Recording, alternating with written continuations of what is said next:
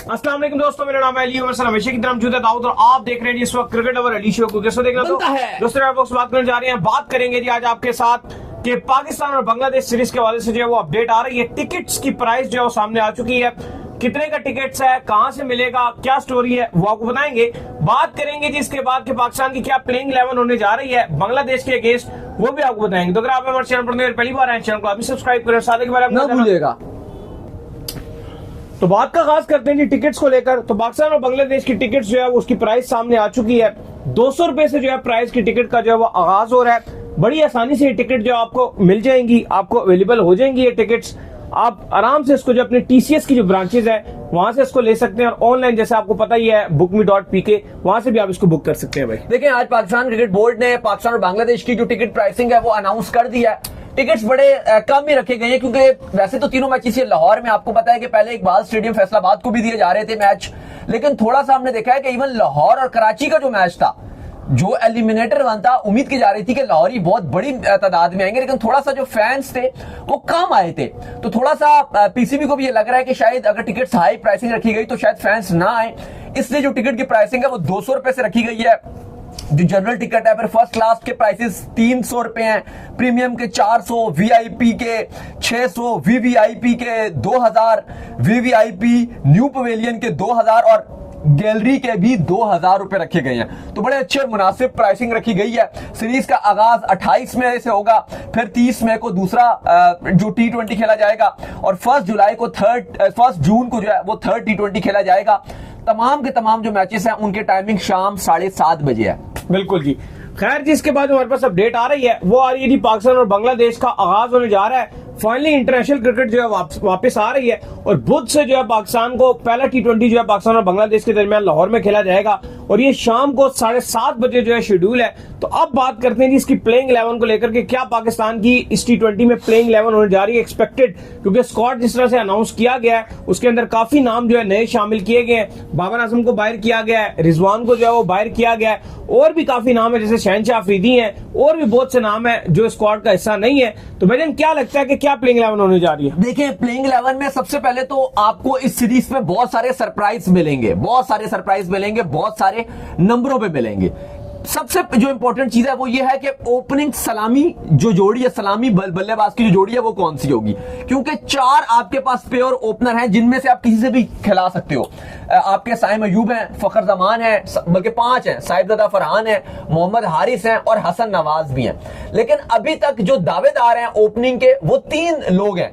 अगर आप देखो जो सबसे स्ट्रॉन्गेस्ट कैंडिडेट है, पहली चॉइस साइम अयूब, फखर जमान और फिर साहिबजादा फरहान, इन 3 में से आपने 2 को खिलाना है। लेकिन हमारी इतलात के मुताबिक जो ओपनिंग पेयर पाकिस्तान खिलाने जा रहा है, आपके इस टाइम आपको पता है कोच भी तब्दील हो रहे हैं, माइक हैसन आ रहे हैं, कप्तान सलमान अली आगा ही रहेंगे, लेकिन इतलात के मुताबिक जो ओपनिंग सलामी बल्लेबाजी होगी पाकिस्तान की वो साइम अयूब और फखर जमान संभालेंगे। हारिस को और हसन नवाज को ऑलरेडी ये कह दिया गया था कि अगर आपको 11 में खिलाया जाएगा तो आपको मिडिल ऑर्डर में चांस मिलेगा साइम और फखर के आने के बाद। तो साइम और फखर तो ओपनिंग करेंगे, लेकिन चूंकि साहिबजादा फरहान ने बड़ी जबरदस्त किस्म की परफॉर्मेंस दिखाई है, वो एक स्टिल कैंडिडेट रहेंगे कि क्या उनको ओपनिंग में खिलाया जाए। लेकिन अगर उनको ओपनिंग में नहीं खिलाया जाता तो जो नंबर 3 का स्लॉट है वो भी बड़ा इंपॉर्टेंट है, क्योंकि वहां पे आप मोहम्मद हारिस जो विकेट कीपर है, या तो आप उनको खिलाओगे, या तो फिर जिन्होंने बड़े रन्स के अंबार लगाए हैं साहिबजादा फरहान, आप उनको खिला सकते हो। हाँ, एक सोच ये भी रखी जाती है कि फखर तो नंबर 3 पे 4 पे भी खेल रहे हैं और बड़ा अच्छा करते रहे हैं, तो आप साइम और साहिबजादा फरहान से ओपनिंग करा के फखर को भी 3 पे खिला सकते हो। लेकिन मुझे लगता है कि ये एक सेकंड सोच है, इसके ऊपर अभी टीम मैनेजमेंट नहीं जाएगी। पहली चॉइस साइम अयूब और फखर जमान की ओपनिंग जोड़ी पर ही रहेगी, क्योंकि बहुत अरसे के बाद इस तरह की अग्रेसिव एक जोड़ी मिली है।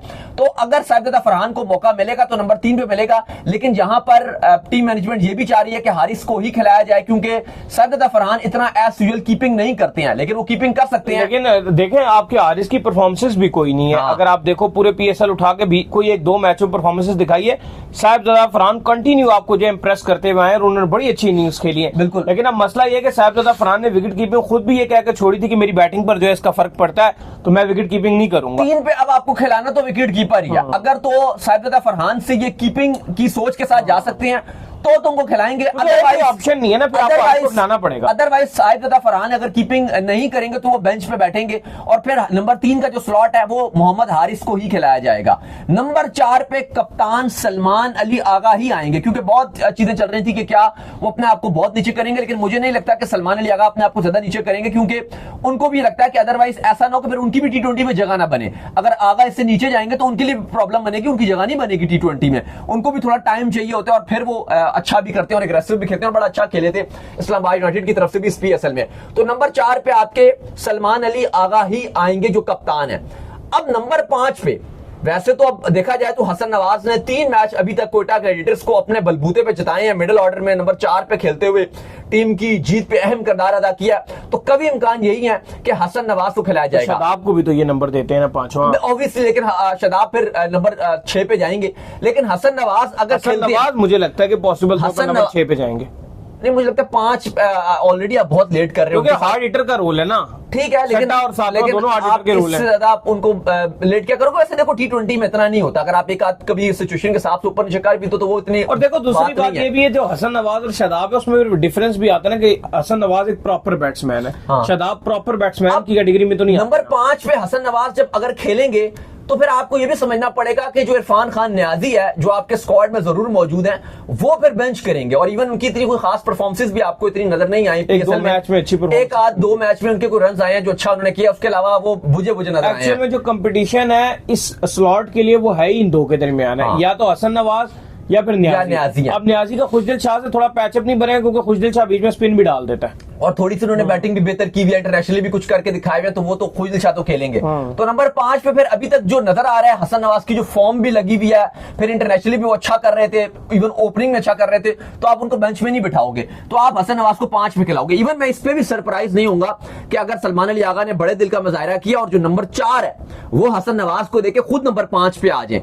ये भी पॉसिबिलिटीज है कि जो आपके सलमान अली आगा हैं वो हसन नवाज को, क्योंकि कोयटा की तरफ से भी हसन नवाज 4 पे खेलते हैं, तो शायद उनको वो 4 पे भी खिला दें। बहरहाल नंबर 5 पे अगर आप हसन नवाज को रखते हो तो फिर 6 पे आप शादाब खान के साथ जाओगे, जो काफी भी उन पर क्रिटिसिज्म भी हो रहा है, स्पेशली इस्लामाबाद यूनाइटेड जब से बाहर हुई है, बड़ा शदीद शादाब के ऊपर क्रिटिसाइज भी हो रहा है कि जब छोटा टारगेट होता है तो शादाब बैटिंग करने के लिए चले जाते हैं, जब बड़ा टारगेट होता है तो अपने आपको नंबर भी अपना नीचे कर लेते हैं, जब रिक्वायर्ड रेट 12 से ऊपर जा रहा होता है वो बैटिंग के लिए नहीं जाते हैं। इस हवाले से भी काफी जो है वो क्रिटिसाइज भी उनके ऊपर हो रहा है। अभी पिछले मैच में भी अगर आप देखो तो शादाब ऊपर चले गए खेलने के लिए और हैदर अली को नीचे भेजा जाके उन्होंने, तो जो कि नाजायज बात थी। तो शादाब खान अलबत्ता नंबर 6 पे जाएंगे। नंबर 7 पे फिर आप खुशदिल शाह के साथ जाओगे, जो कि काफी रिलायबल है। आपको पता है कि इंटरनेशनल में भी उन्होंने बड़े अच्छे रन किए और अभी भी PSL में भी जो नीचे के नंबरों पे आके बड़ी ब्रूटल बैटिंग कर रहे हैं।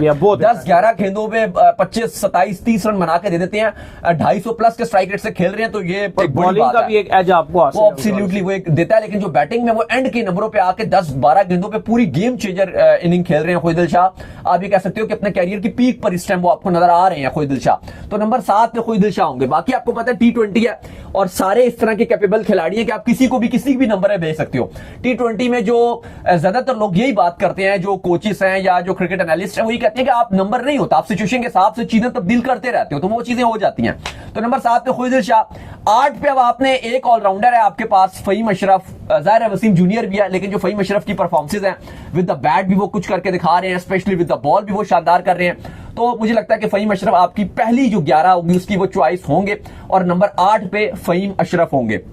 फिर इसके बाद जो 3 स्लॉट्स बाकी रह गई हैं, एक तो उनमें आप स्पिनर खिलाओगे, इब्रार और सुफियान मुकीम है, और मुझे लगता है कि सुफियान मुकीम से ऊपर ये इब्रार को मौका देंगे, क्योंकि थोड़ा सा पेशावर ज़ल्मी ने भी ज्यादती किया सुफियान मुकीम के साथ। इस बार उन्होंने खिलाया नहीं उसको बेंच में बैठा के रखा, लगातार ही बेंच किए रखा, बल्कि न्यूजीलैंड में सबसे अच्छा बॉलर वो था। यही वजह बनी सुफियान मुकीम की कि आपने उसको स्क्वाड से भी ड्रॉप कर दिया। देखो हम ना शुरू से आपको एक बात बता रहे थे कि चलो एशिया कप तो शायद ना हो, लेकिन वर्ल्ड कप तो होगा ना T20, वो भी आपको एशियन कंडीशन में खेलना पड़ेगा श्रीलंका में।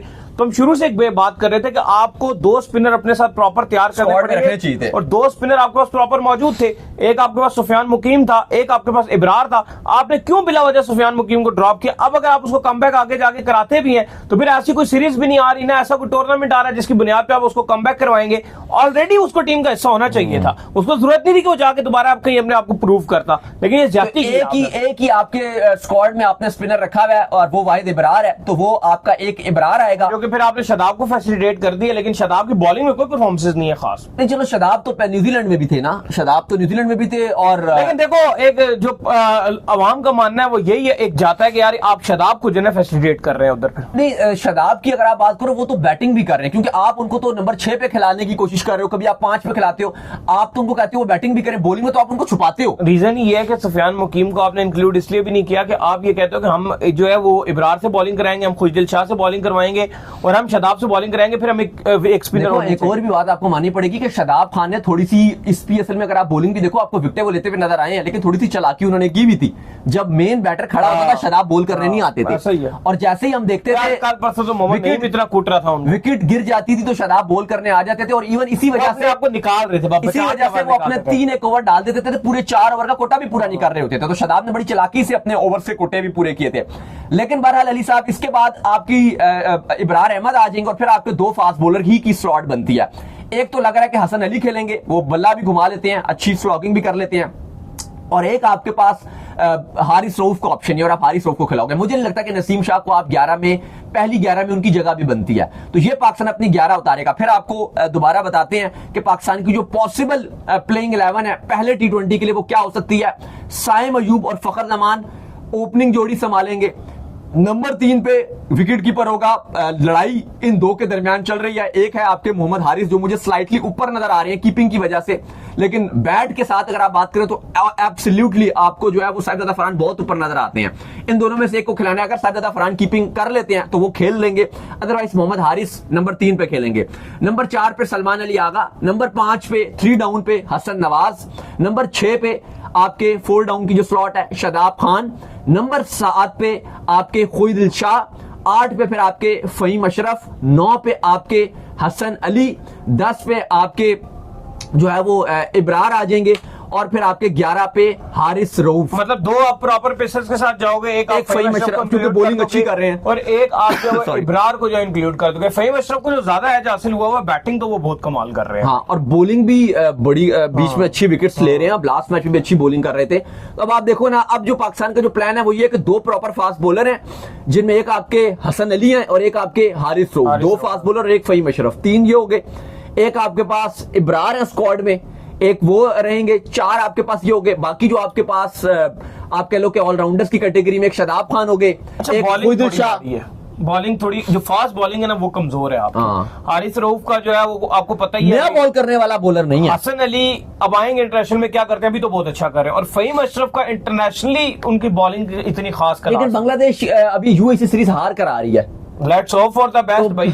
छोटी टीमों से कोई टीम हार कर आ रही होती, वो आके हमें ही हरा देती। तो बांग्लादेश को इतनी वही थी जब मैं और आप ये पिंडी स्टेडियम के बाहर खड़े हुए थे और उन टाइगर्स ने हमें कैसे दबोचा था, हमें पता है। हाँ, हमें दुम्बा बनाया हुआ था उन्होंने। लेकिन देखो अब, और हमारे सारे मेन बॉलर, अब आप नया, अब देखो अब आपकी जो 5th बॉलर है, 6th बॉलर है, वो तो आपका बहुत ऑप्शन है। जैसे आगा भी बॉल कर लेंगे, खुशदिल शाह भी बॉल कर लेंगे, साइम अयूब भी बॉल कर लेंगे, बाकी शदाब और इब्रार 2 स्पिनर आ गए, 2 फास्ट बॉलर हो गए। ओवरऑल अगर आप देखो तो 8 लोग तो इस टीम में बॉलिंग करते हैं, 8 लोग बॉलिंग करते हैं।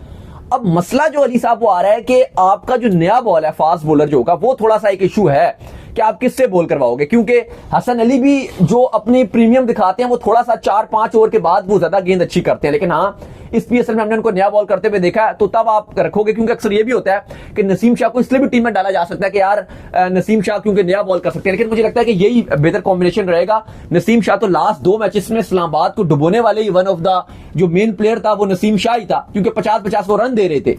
तो चले, उम्मीद करते हैं हमारे शो आपको वीडियो को लाइक कीजिए, हमारे चैनल को सब्सक्राइब कीजिए, साथ में बेल आइकन को बजाइए, एक और काम कर लीजिए, वो ये कर लीजिए, आप जो इंस्टाग्राम के ऊपर जो वो जाइए, जाकर इनको फॉलो, इंस्टाग्राम पे मुझे फॉलो कर लीजिए, वहां पे मैं मौजूद हूं दाऊद क्रिकेट के नेम से। अगर आपको कोई सवाल है तो भेजिएगा और उनको भी फॉलो कीजिए। मुझे फॉलो कीजिए, मैं मौजूद क्रिकेट लवली ऑफिशियल के नाम से लिंक डिस्क्रिप्शन में मौजूद है। आप सुनते हैं नेक्स्ट वीडियो, तब तक के लिए अल्लाह हाफिज, ख्याल रखिएगा।